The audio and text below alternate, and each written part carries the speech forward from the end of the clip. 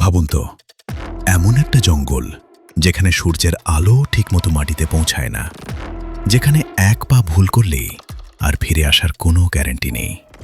এই জঙ্গল শুধু গাছগাছালি নয়, এটা রহস্য, বিপদ আর অজানা ইতিহাসে ভরা এক ভয়ঙ্কর দুনিয়া। আজ আমরা ঢুকব আফ্রিকার হৃদয়ে থাকা কঙ্গো রেনফরেস্টে। কঙ্গো রেনফরেস্ট হল পৃথিবীর দ্বিতীয় বৃহত্তম রেনফরেস্ট। প্রথমে আছে অ্যামাজন।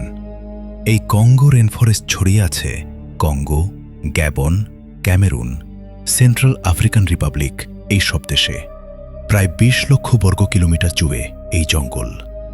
এটা এত বড় যে একে বলা হয় আর্থস সেকেন্ড লাং, কারণ এটা পৃথিবীর জন্য অক্সিজেন তৈরি করে। কিন্তু এই জঙ্গলের ভিতরে যা আছে সেটা শুধু গাছ নয়। কঙ্গো রেনফরেস্টে বাস করে গরিলা, মানুষের সবচেয়ে কাছের আত্মীয়। তারপর ফরেস্ট এলিফ্যান্ট, সাধারণ হাতির থেকেও বেশি আক্রমণাত্মক। এবং আছে লেপার্ড, বিষধর সাপ, মারাত্মক পোকামাকড়, অনেক কিছু। কিন্তু সবচেয়ে ভয়ঙ্কর জিনিসটা কি জানো?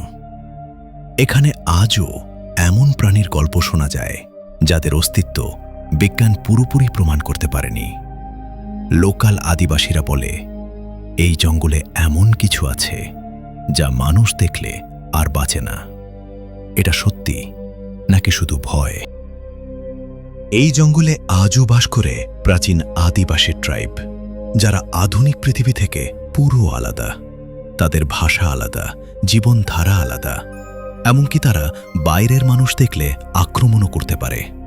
ইতিহাসে বহুবার এমন হয়েছে। গবেষক, অভিযাত্রী, এমনকি সৈন্যরা কঙ্গো জঙ্গলে ঢুকে আর ফিরে আসেনি। আজও অনেক এলাকা আছে যেখানে ড্রোন পর্যন্ত পাঠানো বিপজ্জনক, কারণ ভেতরে কি আছে কেউ নিশ্চিত না। আজ কঙ্গো রেইনফরেস্ট বিপদের মুখে, কারণ অবৈধ কাটকাটা, খনিজ খনন, যুদ্ধ ও মানব লোভ। এই জঙ্গল ধ্বংস হলে শুধু প্রাণী নয়, পৃথিবীর ব্যালেন্সই নষ্ট হয়ে যাবে।